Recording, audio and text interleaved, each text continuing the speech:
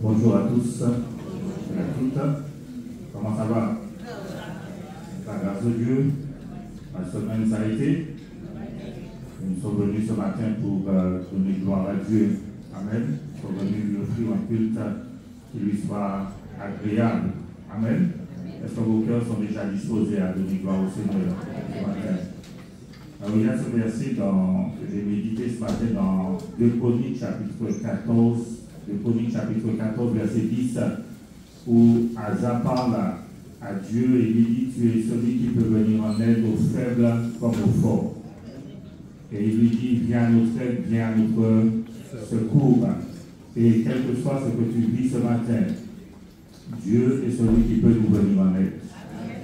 Et si tu as besoin d'aide ce matin, tu peux prier au Seigneur.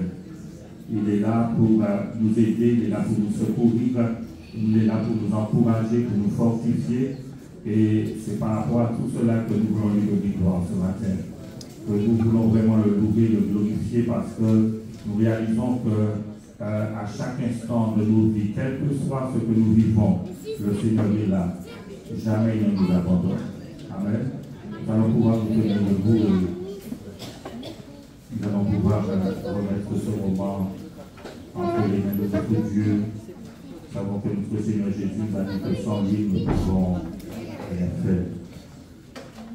Éternel, nous voulons bénir ton nom ce matin et nous voulons te glorifier, Père. Nous voulons t'apporter notre reconnaissance. Oui, te dire merci pour tous tes bienfaits, Seigneur. Te dire merci pour ton amour manifesté à la croix de Golgotha. Te dire merci pour tes miséricordes. Te dire merci pour tes compassions qui ne sont pas épuisées, mais qui se renouvellent chaque matin. Oui, grande est ta fidélité, Seigneur. Oui, nous voulons te dire merci ce matin. Merci pour ton amour, ton patience envers chacun de nous, Seigneur. Nous voulons te dire merci parce que si nous sommes là encore en ce matin à donner gloire à ton nom, Seigneur, c'est parce que tu es celui qui nous soutient, c'est parce que tu es celui qui nous fortifie, parce que tu es celui qui nous relève, Seigneur, c'est parce que tu es celui qui chaque jour prends soin de nous, Seigneur. Oui, quel Dieu merveilleux tu es, quel Dieu admirable tu es, Seigneur. Et ce matin, ton peuple, nous sommes venus pour te donner gloire, Seigneur. Nous sommes venus pour te louer, t'adorer, te glorifier. C'est vrai, Seigneur, chacun de nous, nous passons par un chemin. Chacun de nous, nous avons nos épreuves, nos difficultés, Seigneur. Mais ce matin, nous voulons fixer nos regards sur toi, Seigneur. Nous voulons mettre de côté tout ce que nous vivons, Seigneur. Et vraiment, Seigneur, t'apporter la louange, t'apporter la gloire, t'apporter l'honneur, Seigneur, la reconnaissance de nos cœurs humiliés devant toi ce matin. Et comme le psalmiste, nous voulons dire: loué soit l'Éternel. Nous croyons que tu nous délivres de tous nos ennemis, Seigneur. Nous croyons que tu solutionnes tous nos problèmes, Seigneur. Alors nous voulons te dire merci pour cela. Merci de prendre le plein contrôle, la pleine direction de ce moment, par la puissance de ton Esprit Saint, Seigneur, et que personne ne puisse repartir tel qu'il sera venu, Seigneur. Nous voulons te dire merci pour ton Esprit présent au milieu de nous, et merci pour ta grâce encore, que tu déverses sur chacun de nous, Père, dans le nom de Jésus-Christ. Amen, amen, amen, alléluia. Nous pouvons nous asseoir. Je souhaite la bienvenue à tous ceux qui nous visitent en ce matin, et que nous puissions individuellement élever la voix et rendre grâce à Dieu ce matin. Lui dire merci. Alléluia. Tu as cette possibilité de pouvoir élever ta voix et de dire merci au Seigneur. Amen. Bénissons le Seigneur. Amen. Gloire à Dieu, bien-aimé. Alors, la Bible nous dit de nous encourager les uns les autres. Est-ce que tu veux encourager celui qui est à côté de toi? On va chanter cette chante, quel que soit ton problème, ne perds pas courage, avec Jésus-Christ, le ressuscité. Quel que soit ton problème, ne perds pas courage, avec Jésus-Christ, le ressuscité. Quel que soit ton problème, ne perds pas courage.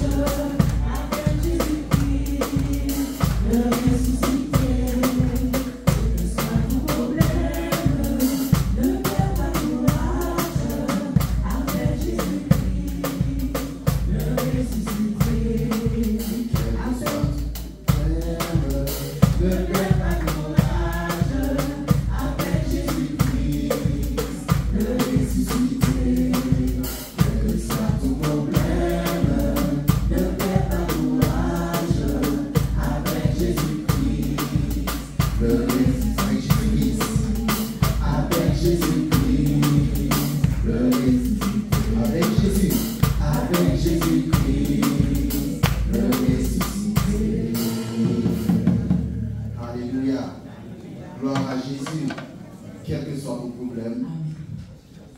pas courage, avec Jésus-Christ, les choses s'arrangeront. Les choses iront mieux. Une question qui est venue ce matin. Est-ce que vous vous aimez? En fait, non. Qui est-ce qui ne s'aime pas? Est-ce qu'il y a quelqu'un qui ne s'aime pas en ce matin? Gloire à Jésus. On s'aime tous. Et si on s'aime, si tu aimes, tu t'aimes, tu dois prendre soin de ton corps, tu dois prendre soin de toi, tu dois prendre soin de... Tu fais attention à ce que tu manges, tu fais attention à comment tu te comportes, n'est-ce pas? Comment tu t'habilles, etc., etc. Et quand vous êtes le temple de cet esprit, donc il faut garder ce corps en forme. Donc ça veut dire qu'il faut faire du sport, ça veut dire qu'il faut de la parole, ça veut dire qu'il faut manger correctement, n'est-ce pas? Donc ça veut dire qu'il faut s'entretient régulièrement avec Dieu et aussi entretenir le corps que Christ nous a donné pour le glorifier. Donc il ne faut pas être négligent avec soi. Vous êtes d'accord avec moi? Voilà. Donc ce matin, comme nous sommes notre Christ, notre Dieu, notre Sauveur est vêtu de gloire, nous allons chanter les louanges envers lui. Nous allons le célébrer, nous allons le glorifier, nous allons l'élever. Quel que soit notre problème, ça c'est à part ce matin, nous sommes venus rendre le culte agréable à notre Seigneur. Alléluia. Alléluia.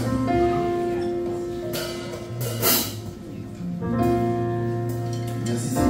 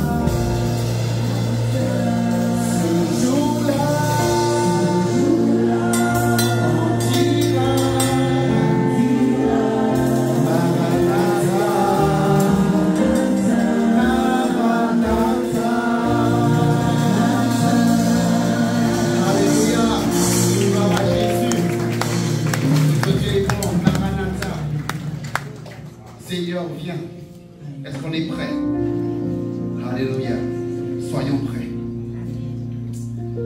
Que ton nom résonne dans ce lieu. Mais ce n'est pas seulement dans ce bâtiment, mais en nous, dans ce lieu, Seigneur. Que chaque fois que je parle de toi, je chante de toi, chaque fois l'endroit où j'irai, Seigneur, qu'on puisse voir Christ en moi. Tel qu'il est, tel que je suis, n'est-ce pas? Tel qu'il est, tel que je suis. Alléluia.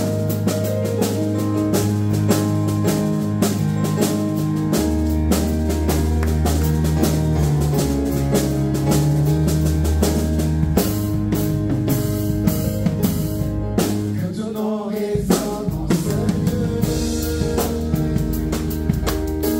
Que ton nom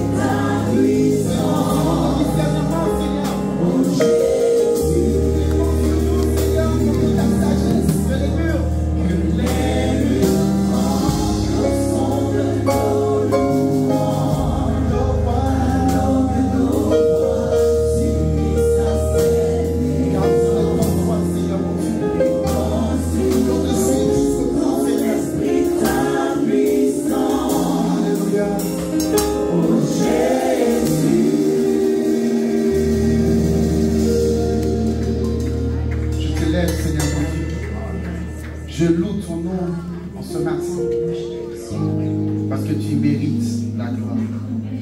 Tu es digne de louange. Jésus, nous t'élevons plus haut. Hosanna, Hosanna au plus haut des cieux. Alléluia.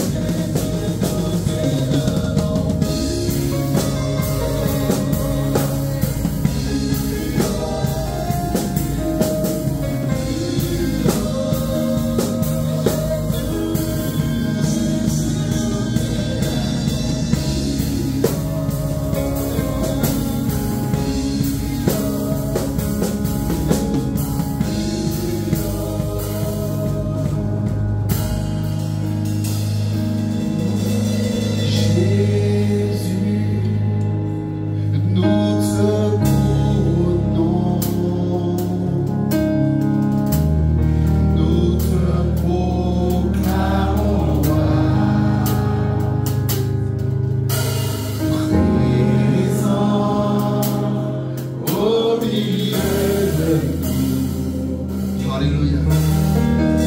Nous t'élevons par nos chants. Nous t'adorons. Nous t'exaltons.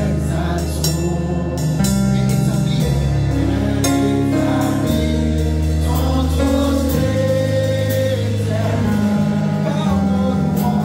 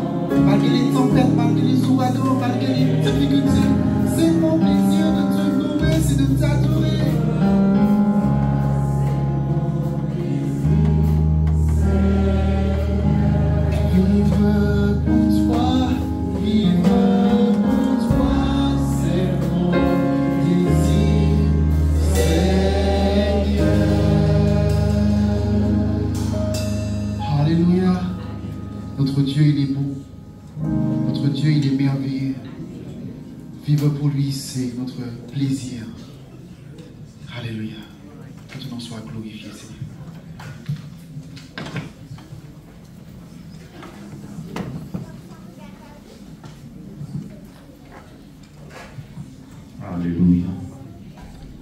La Bible dit que dans le ciel, il y a des êtres extraordinaires qui donnent gloire à Dieu.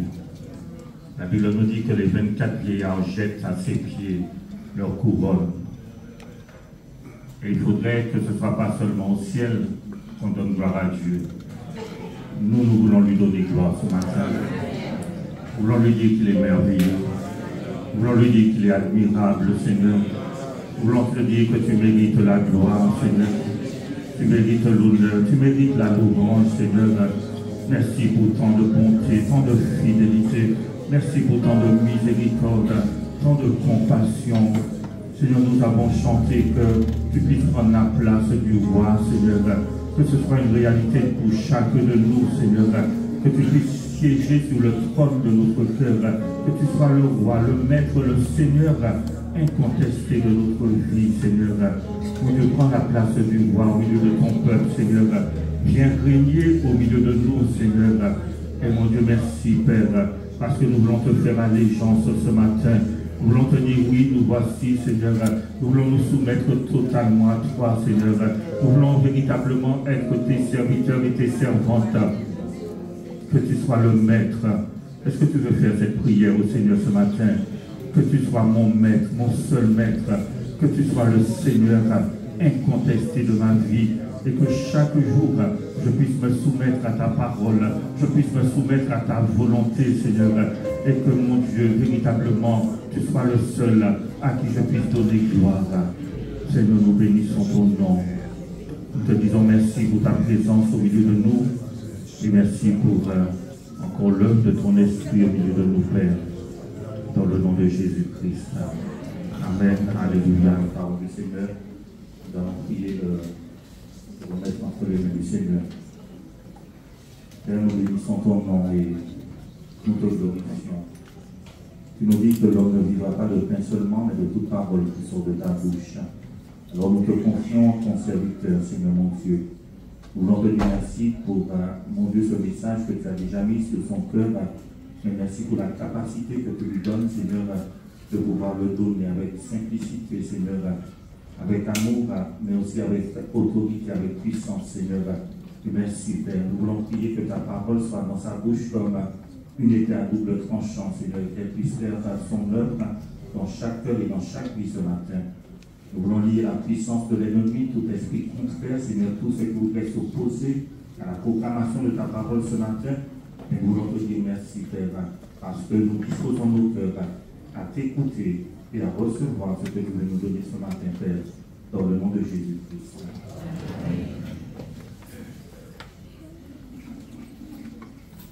Alors, que la paix soit avec vous en ce matin. Aïe, aïe, aïe, aïe, aïe, aïe. Que la paix soit avec vous en ce matin.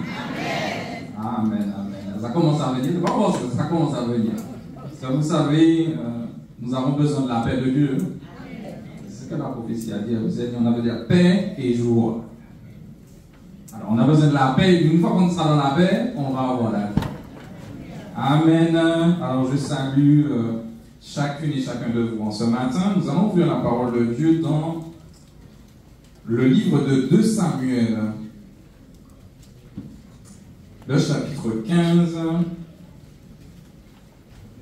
Et puis nous allons voir l'histoire d'un homme. Alors il n'y a pas beaucoup de versets dans la Bible. 2 Samuel chapitre 15. Mais il faut que tu considères que cet homme c'est toi. Ce matin, cet homme c'est toi. Alors, 2 Samuel chapitre 15, verset 17 jusqu'au verset 22. Donc 2 Samuel au chapitre 15, à partir du verset 17. Donc ici, il nous est parlé du roi David.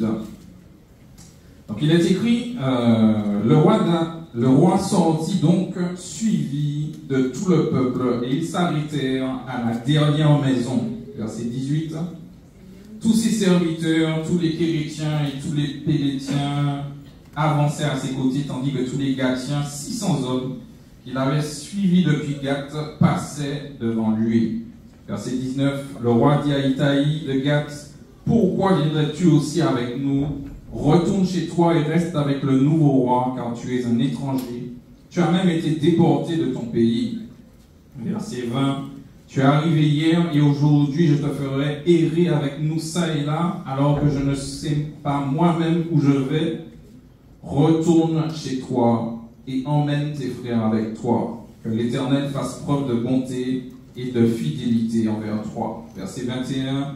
Itaï répondit au roi, l'Éternel est vivant et mon Seigneur le roi est vivant. Là où se trouvera mon Seigneur le roi, que ce soit pour mourir ou pour vivre, là aussi sera ton serviteur. David dit alors à Itaï, vas-y, avance. Et Itaï de Gath avança avec tous ses hommes et tous les enfants qui étaient avec lui. Et nous disons Amen. Donc pour situer ce passage, nous avons le roi David. Donc il est roi, il est dans sa royauté. Et puis il a un fils qui s'appelle Absalom. Et Absalom, qu'est-ce qu'il va faire? Absalom va se révolter. Et quand Absalom va se révolter, Absalom va décider de prendre le trône sur David.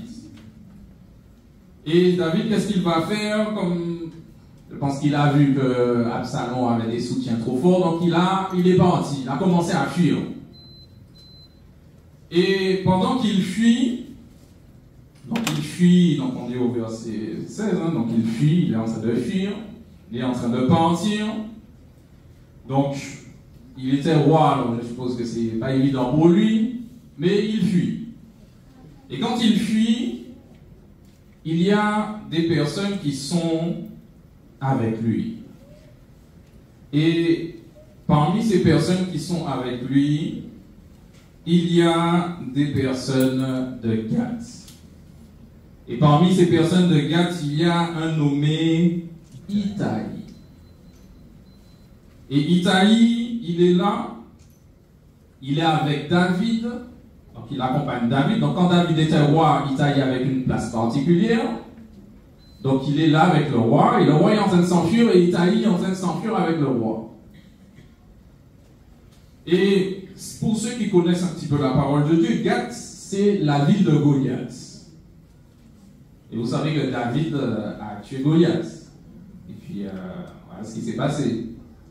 Et nous voyons que Itaï, lui qui était une ville de Gath, il a vu David tuer son soldat, son héros, on va dire ça comme ça. Et il a décidé de suivre David. Et alors que David est en train de fuir Jérusalem, car sa vie est en danger, Itaï est en train de le suivre. Mais pendant qu'Itaï est en train de le suivre, je suppose, je me mets à la place d'Itaï, je commence à réfléchir. Oui, j'étais avec le roi est en train de se faire renverser, et je suis dans le groupe qui fuit. Je ne suis pas dans le groupe qui est en train d'avoir la victoire, je suis dans le groupe qui fuit. Et vous savez, quand on est dans le groupe qui fuit, il y a 3 solutions. C'est soit on décide de fuir avec le groupe, donc on est avec le groupe, soit on décide de se mettre avec l'ennemi, parce que c'est une possibilité, comme l'autre est plus fort, on se met avec l'ennemi, Et puis il y a une troisième position, mais des fois on aime cette position et on ne fait rien. On est neutre. On ne fait rien. Itaïe a 3 choix devant lui. Et sur le chemin de la fuite, Itaïe est en train de réfléchir. Et vous savez, nous qui avons choisi Dieu, des fois tout ne se passe pas comme nous l'avions prévu. Alors peut-être quand tu es arrivé à Dieu, on t'a dit, ah oui, qu'il y aurait ça, il y aurait ci, il y aurait ça, donc tu as peut-être déjà fait un plan, et le plan que tu t'es fait ne se réalise pas. Peut-être qu'aussi, tu t'es dit, on t'a dit, tu seras béni, tu auras de l'argent. Donc tu es venu, et il n'y a pas d'argent. On t'a dit, tu viens, tu seras guéri. Depuis que tu es venu, tu es toujours malade.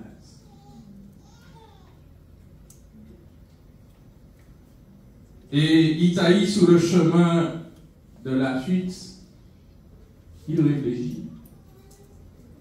Comme nous aussi, certainement, dans l'épreuve, dans les difficultés, nous réfléchissons. Et des fois, nous réfléchissons tellement qu'on n'est pas sur la louange, on est là, mais on est ailleurs. On est là, mais on est ailleurs. Des fois, on réfléchit tellement qu'on ne dort pas. Des fois, on réfléchit tellement qu'il y a un mot d'estomac, il y a toutes ces choses-là. Itaïe est sur le chemin de la réflexion. Et certainement, sur le chemin de la réflexion, au moment Itaïe, il se dit, mais là, je suis en train de fuir là je suis dans la difficulté, mais il y a certainement des personnes qui ne sont pas dans la difficulté. Et vous savez, il est certainement arrivé à Itaïe la même chose que Asaph, dans Psaume 73, verset 1 à 9. Dans Psaume 73, verset 1 à 9, il nous est parlé de Asaph. Psaume 73. Et Asaph, lui, il a regardé autour de lui. Et quand il regardait autour de lui, il a vu que les personnes qui n'avaient pas Dieu prospéraient. Alors, il dit à Psaume 73, au verset 1, il a dit, oui, Dieu est bon pour Israël, pour ceux qui ont le cœur pur. Verset 2, toutefois, mon pied allait trébucher, mes pas étaient sur le point de glisser, car j'étais jaloux des vantants en voyant le bien-être des méchants. Verset 4, rien ne les tourmente jusqu'à leur mort, et leur corps prend de l'embonpoint. Donc là, il est en train de dire, mais je regarde le méchant, alors moi je suis à Dieu, et quand Itaïe, je suis avec David, mais je suis en train de fuir. Et de la même manière, nous pouvons dire, je suis à Dieu, mais regarde, le méchant prospère, le méchant est bien, le méchant est heureux. Et dis-moi comment je suis.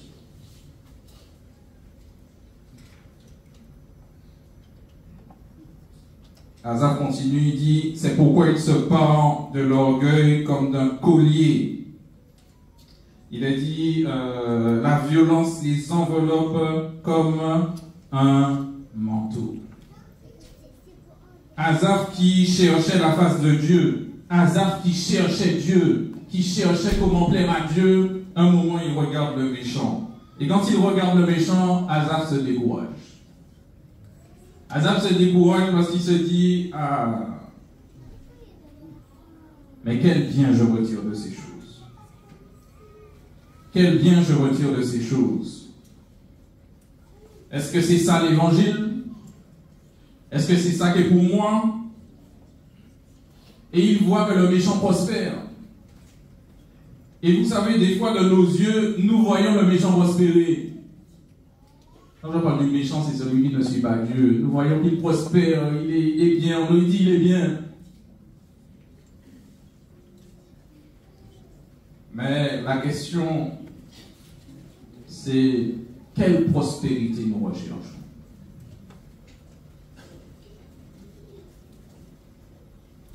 Et vous savez, dans le psaume 73, c'est merveilleux parce qu'il commence avec la conclusion. Parce que regardez au verset 1, il dit, donc après il va dire que le méchant prospère, tout ça, mais il dit au verset 1, oui, Dieu est bon pour Samuel.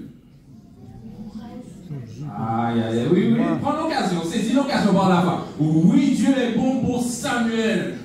pour moi. Tu peux mettre ton prénom, tu peux mettre ton prénom, mais pas moi, mais mets ton prénom, parce que là, ça a plus de force. Oui, Dieu est bon pour Samuel.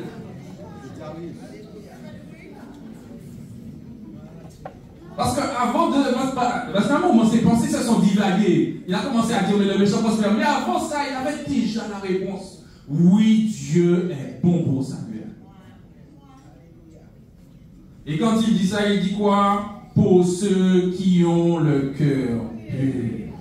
Ça veut dire que toi, ce qui doit t'intéresser, c'est la pureté de ton cœur. Et quand ton cœur est pur, Dieu est bon pour toi. Laisse-moi te dire, tu peux être malade, Dieu est bon pour toi. Tu peux être dans la difficulté, Dieu est bon pour toi. Tu peux être dans l'épreuve, Dieu est bon pour toi. Dieu est bon pour Samuel.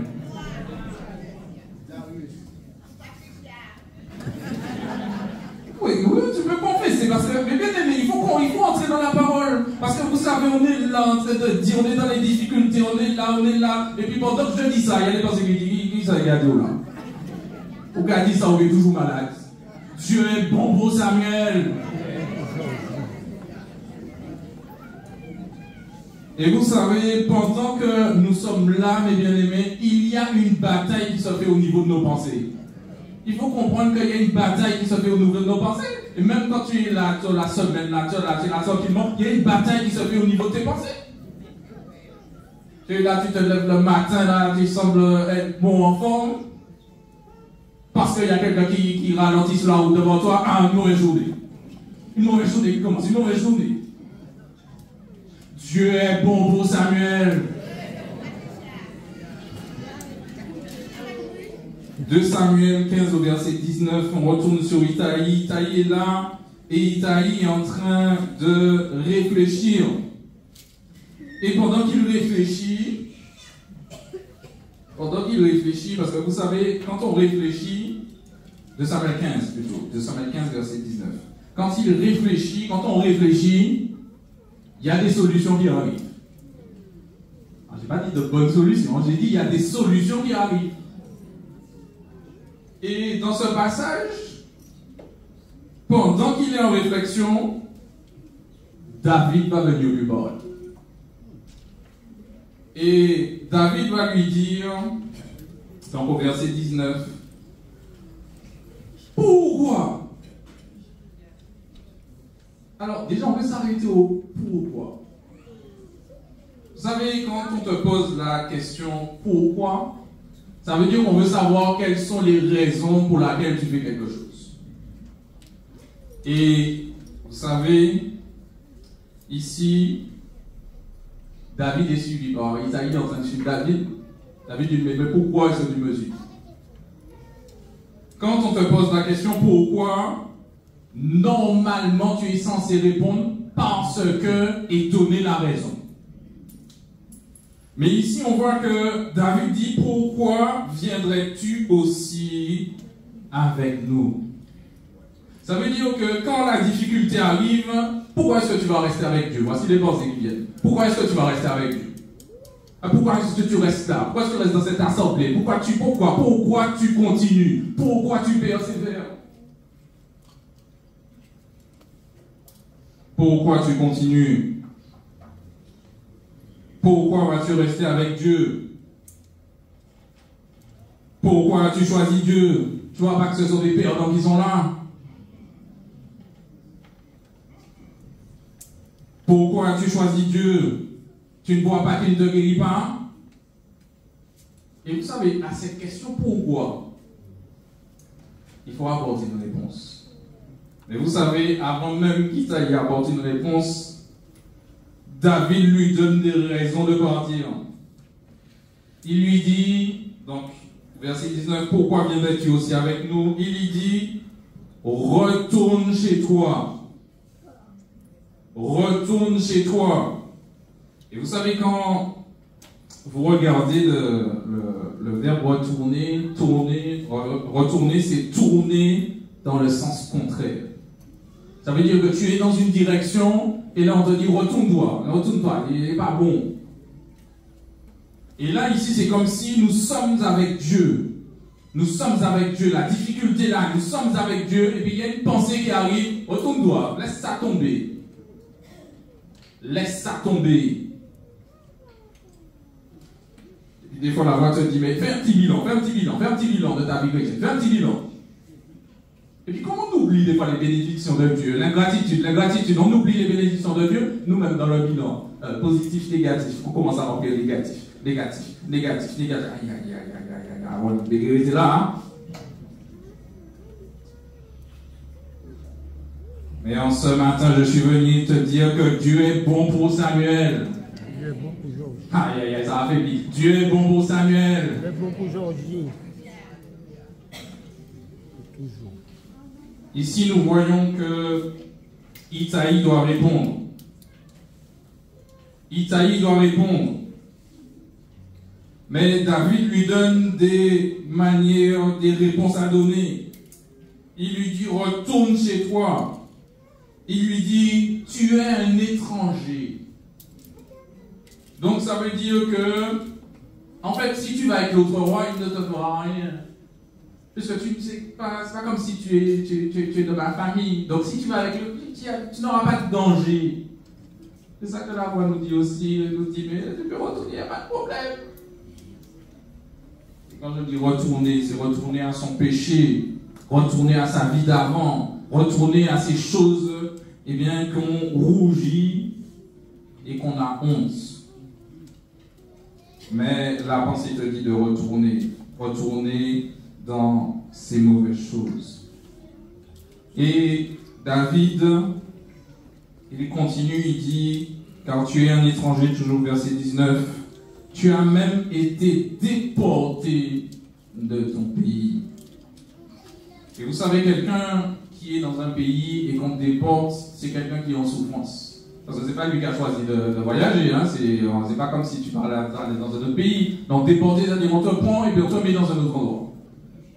Donc ça veut dire qu'il y a de la souffrance. Donc David est en train de lui dire, mais tu as souffert. Tu es dans la souffrance. Tu es dans la douleur. Mais arrête avec ça.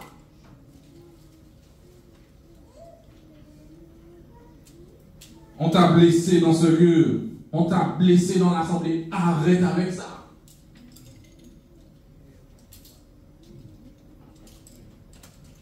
Mais... Et on continue au verset 20. Donc il dit, tu es arrivé hier et aujourd'hui, je te ferai errer avec nous ça et là, alors que je ne sais pas moi-même où je vais. David lui donne encore une autre raison. Tu sais, si tu es avec moi, tu ne sauras même pas où est-ce que tu vas. Alors vous imaginez, vous suivez quelqu'un, la personne vous dit, si tu viens avec moi, je ne sais pas où est-ce que tu vas aller. Bon, on se met dans un contexte. Vous allez gravir la montagne Pelée, vous avez un guide, le guide vous dit, bon, tu me suis, mais je ne sais pas où est-ce que je vais. Qui va suivre ce guide-là? Qui va suivre ce guide-là? Et personne ne va suivre ce guide-là. Et vous savez, c'est pour ça que je vous dis, David lui donne toutes les raisons pour qu'il puisse abandonner. Mais Itaï a déjà sa réponse. Et quand David a terminé de parler, Itaï va dire au verset 21, il va dire que l'Éternel... Itaï répondit au roi, l'Éternel est vivant. L'Éternel est vivant. L'Éternel est vivant. L'Éternel est vivant. Ça veut dire que dans ta situation là, tu dois dire l'Éternel est vivant. La situation n'a pas encore bien entendu. L'Éternel est vivant. Parce que David, dans tout ça, il n'a pas dit ça. Il n'a pas dit l'Éternel est vivant. Alors que c'est fondamental, parce que si l'Éternel est vivant, l'Éternel est avec toi. Ça veut dire que même s'il y a difficulté, l'Éternel est avec toi. Même s'il y a combat, l'Éternel est avec toi. Même si tu souffres, l'Éternel est avec toi. L'Éternel est vivant. Et vous savez, s'il avait dit David est vivant, David ne peut pas faire rien d'ailleurs. David était roi, il avait soldat, là il a perdu tout soldats, il a perdu tout ça, il n'y avait plus de support, plus d'appui, il n'y avait rien. Mais Itaïe a dit, l'Éternel est vivant. Vous savez, quand David est en train de dire ça, tout ça, Itaïe, tout le monde entend ce qu'il dit. Tout le monde entend les raisons qu'il faut qu'il abandonne. Et peut-être qu'en ce matin, tu as des raisons d'abandonner. Tu as des raisons de délaisser. Si on te demande pourquoi, tu vas donner une liste de raisons. Mais je suis venu te dire en ce matin que l'Éternel est vivant. Je suis venu te dire en ce matin que l'Éternel est vivant. Vous savez, il y a un homme dans 1 Roi 17 qui s'appelle Élie. Et vous savez, avant 1 Roi 17, on n'entend pas parler d'Élie. Mais quand 1 Roi 17 arrive, Élie déclare une parole. Il dit, l'Éternel est vivant. Premièrement, donc la même parole, hein, l'Éternel est vivant. Et comme c'est un prophète, il dit, il n'y aura ni pluie ni rosée, sinon à ma parole. Alors il faut savoir que avant 1 Roi 17, personne ne connaissait Élie. Élie était là, personne ne connaissait, et il n'aurait pas dit ça, on ne l'aurait pas connu. Mais est-ce que vous savez que, donc après, dans l'histoire d'Élie, est-ce que vous savez que c'est après qu'il a déclaré cette parole-là, c'est là que tous les problèmes se sont déclenchés sur sa vie. Il était là tranquillement, il était là, il a déclaré l'Éternel est vivant, et puis après Jézabel a voulu lui couper sa tête, Jézabel l'a poursuivi et tout, il y a eu plein de choses qui se sont passées, mais il serait resté là tranquillement, il n'aurait rien.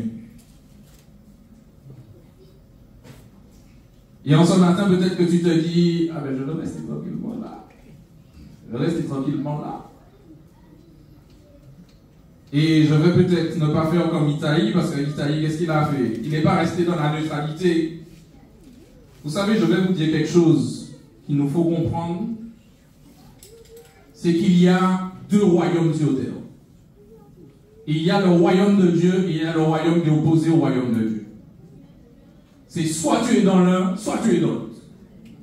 La neutralité, cette histoire de Suisse là, et même là il commence à sortir de la neutralité, mais cette histoire de neutralité, ça n'existe pas. C'est soit tu es avec Dieu, soit tu es contre lui. Et souvent, quand nous devons prendre des décisions, des fois nous restons dans la neutralité.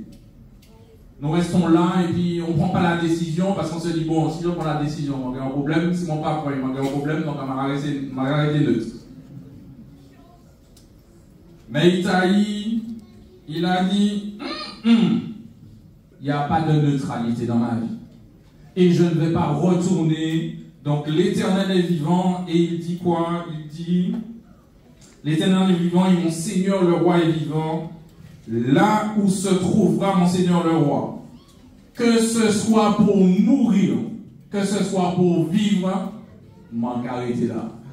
Aïe, aïe, aïe, aïe, aïe, aïe, aïe, aïe, aïe. Que ce soit pour mourir, que ce soit pour vivre, m'en arrêter là. M'en arrêter là, ça veut dire que je reste là. Hein?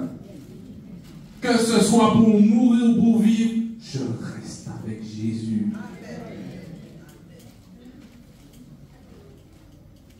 Soit pour mourir, soit pour vivre. Il y a des personnes qui ont préféré qui disent que soit pour vivre. Mais ça, c'est pas une forte déclaration, soit pour vivre. Mais c'est soit pour mourir, soit pour vivre. Ça veut dire que, parce qu'il prend les extrêmes, il prend la vie et la mort. C'est des extrêmes, hein, c'est des extrêmes que nous connaissons quand tu es né. Il y a la vie, et puis à la fin, il y a la mort. Donc c'est des extrêmes.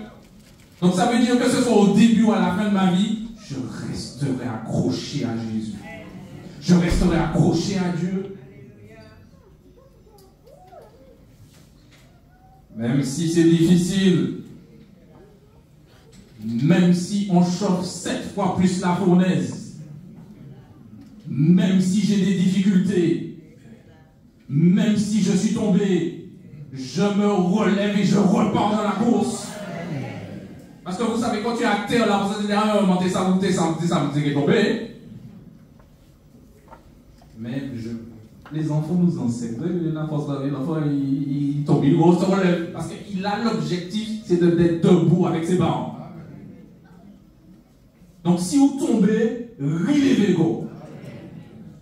Si tu baisses ta tête, lève ta tête dans ce matin et puis avance. Hébreux 10, verset 39 nous dit que nous ne sommes pas de ceux qui se retirent pour se perdre, mais ceux qui ont la foi pour sauver leur âme. Parce que vous savez, aujourd'hui, on cherche beaucoup de choses. Alors, je ne dis pas de chercher beaucoup de choses, mais on cherche les dons et tout ça. C'est bien, il faut chercher les dons, mais il faut être sauvé, premièrement. Commençons par être sauvés, commençons à être sauvés. Parce que le salut de l'âme, c'est quelque chose de très important. Parce que vous savez, après la mort, c'est terminé. C'est terminé. Et comme je te l'ai dit, tu ne pourras pas dire que tu ne savais pas. Ça veut dire qu'avant la mort, il faut faire quelque chose. Et Itaï, il est là, il est debout. David lui dit, ben voilà, tu peux abandonner, tu peux laisser tomber. Itaï dit, non, non, non, non, non. Je décide de rester. Et Itaï, c'est un exemple de foi. Itaï, c'est un exemple de fidélité. Parce que des fois, tu dis, tu restes à Dieu, tu restes à Dieu, tu restes à Dieu. Oh, proposition. Parce que c'est quand tu dis l'éternel est vivant que les propositions arrivent. Quand tu n'as pas dit l'éternel est vivant, aucune proposition n'arrive. Quand tu as dit l'éternel est vivant, c'est là que tout se déclenche.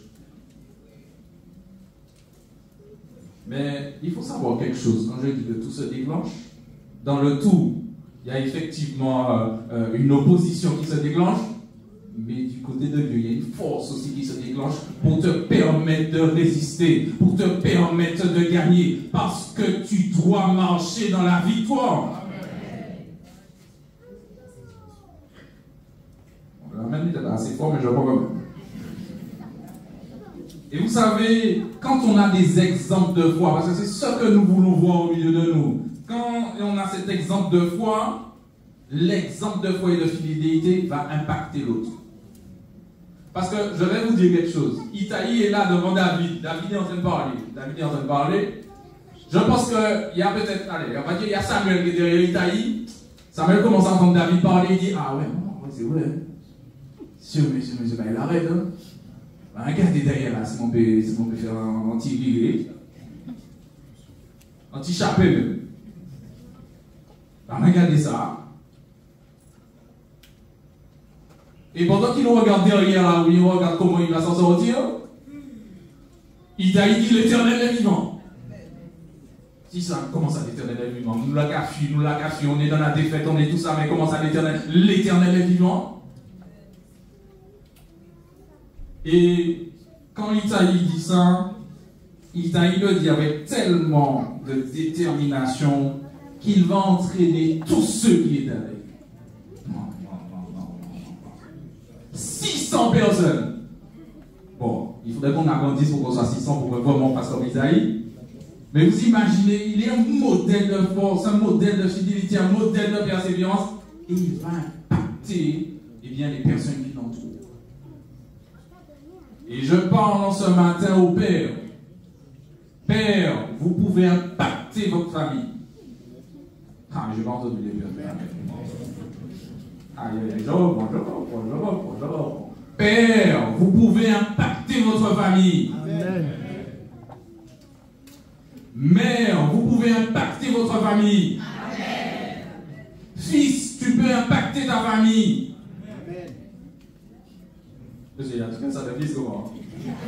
Fille, vous pouvez impacter vos familles. Et quand tu impactes ta famille, alors grands-parents, tout ça est dedans, tout ça est dedans, tu peux impacter ta famille. Mais comment tu vas impacter ta famille? C'est pas en commençant à négocier avec l'autre là qui te fait des propositions. Non, il faut être ferme. Il faut être ferme. Et quand tu es ferme, dans ces situations, tu vas voir la gloire de Dieu. Vous savez, j'ai pris Hébreux 10, verset 39. Mais juste au-dessus de Hébreux 10, verset 39, il y a le verset 38. Et dans le verset 38, il nous est parlé de vivre par la foi. Vous savez, pour vivre, nous avons besoin de manger. Parce que si on ne te donne pas de repas, tu ne vas pas tenir longtemps. Nous avons besoin de boire, nous avons besoin de toutes ces choses-là. Mais celui qui a Dieu, il a besoin de la foi. Le juste vivra par la foi. Et vous savez, je vais vous dire quelque chose. Le plus important, et au-delà de tout, le plus important, la plus importante chose que nous avons, c'est la vie. C'est la vie. Parce que si on te retire la vie, c'est terminé. Parce que tu sais, on peut te retirer 1000 euros, tu es toujours là. On peut te retirer ta voiture, tu es toujours là. On peut te retirer un membre, tu es toujours là. Tu as toujours la vie. Donc la vie, c'est quelque chose qui est essentiel. Et là, ici, dans le livre des Hébreux, il nous est dit, mais le juste vivra. Donc l'essentiel du juste se trouve dans la foi. C'est pour cela, si tu vois qu'il y a des difficultés, vis par la foi. Si tu vois de tes yeux que ça n'avance pas, vis par la foi. Si tu vois que la maladie est toujours là, vis par la foi. Vis par la foi. Vis par la foi. Vis par la foi. Mon juste vivra par la foi. Et ensuite il dit, ce que j'ai déjà cité, je ne suis pas de ceux qui se retirent pour se perdre, mais ceux qui ont la foi pour sauver leur âme. Peut-être que tu passes par un moment difficile. Si c'est le cas, tu peux juste te lever en ce matin. Tu passes par un moment difficile, tu es concerné, comme Itaï, peut-être que tu as des propositions, mais tu veux garder la foi, tu peux te lever en ce matin. Tu sais que tu es concerné, tu peux te lever en ce matin. Oh Jésus. Je laisse juste quelques secondes le temps que vous leviez. Si tu te sens concerné par cette parole, si tu veux décider de vivre par la foi, si tu constates qu'il y a tellement de choses dans ta vie, il y a tellement un tourbillon dans ta vie, mais que tu as presque décidé d'abandonner, mais que tu veux aujourd'hui saisir par la foi et continuer, tu peux te mettre debout en ce matin. Seigneur, en ce matin, je veux te présenter tous ceux qui se sont levés, Père. Et moi, je suis déjà debout, Seigneur Jésus. Alors, je me présente aussi devant ton trône, Père. Combien, Seigneur mon Dieu, c'est vrai. Il y a des épreuves. C'est vrai. Il y a des difficultés. C'est vrai. Nous n'avons pas fait ta volonté. Mais en ce matin, tu envoies ta parole. Afin, Seigneur mon Dieu, Père, de nous permettre de nous relever.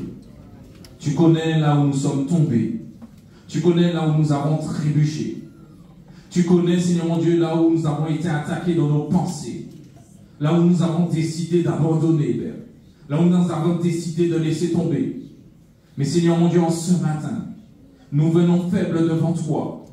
Mais nous croyons que par ton Saint-Esprit, tu nous accordes une force extraordinaire. Tu nous accordes une force surnaturelle. Et tu nous permets de continuer la marche. Tu nous permets de continuer le chemin. Tu nous permets de persévérer. Et tu nous accordes cette foi. Cette foi. Accorde-nous cette foi, Seigneur Jésus.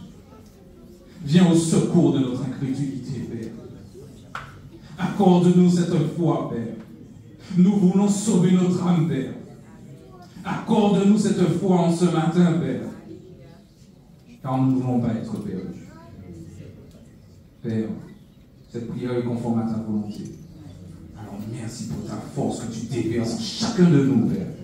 Au nom de Jésus. Jésus. Amen, amen. Comme je désire t'adorer. Merci Seigneur Jésus. Toujours, oh mon Dieu, oh mon Dieu. Oh mon Dieu, je veux te rendre honneur. Oh, je veux te rendre honneur, je veux te rendre honneur. Vivre pour toi. Vivre pour toi, c'est mon désir. Alléluia, alléluia. On confesse, vivre pour toi, vivre pour toi. Vivre pour toi, c'est mon désir. Allez, tu peux continuer à confesser, vivre pour toi. Vivre pour toi, c'est mon désir. Oh Jésus, malgré les difficultés, je veux confesser en ce matin, vivre pour toi. Vivre pour toi, c'est mon désir. Oh, même si je suis frustré, même si je suis triste, vivre pour toi. Vivre pour toi, c'est mon désir. Seigneur, amen, amen, amen. Est-ce qu'on peut acclamer parce que l'Éternel est vivant? Alléluia. Aïe, il mérite mieux d'être ça, il mérite mieux d'être ça, il mérite mieux d'être ça, il mérite mieux d'être ça. Aïe, aïe, il mérite mieux d'être ça, il mérite mieux d'être ça, il mérite mieux d'être ça. Alléluia. L'Éternel est vivant. Oui, Dieu est bon pour Samuel. Oui, Dieu est bon pour Samuel.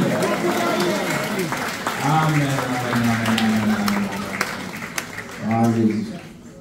Alors, n'oubliez pas le message demain matin. Hein? Donc, demain matin, quand vous voyez, cet après-midi, il peut avoir des attaques. Oui, Dieu est bon pour Samuel.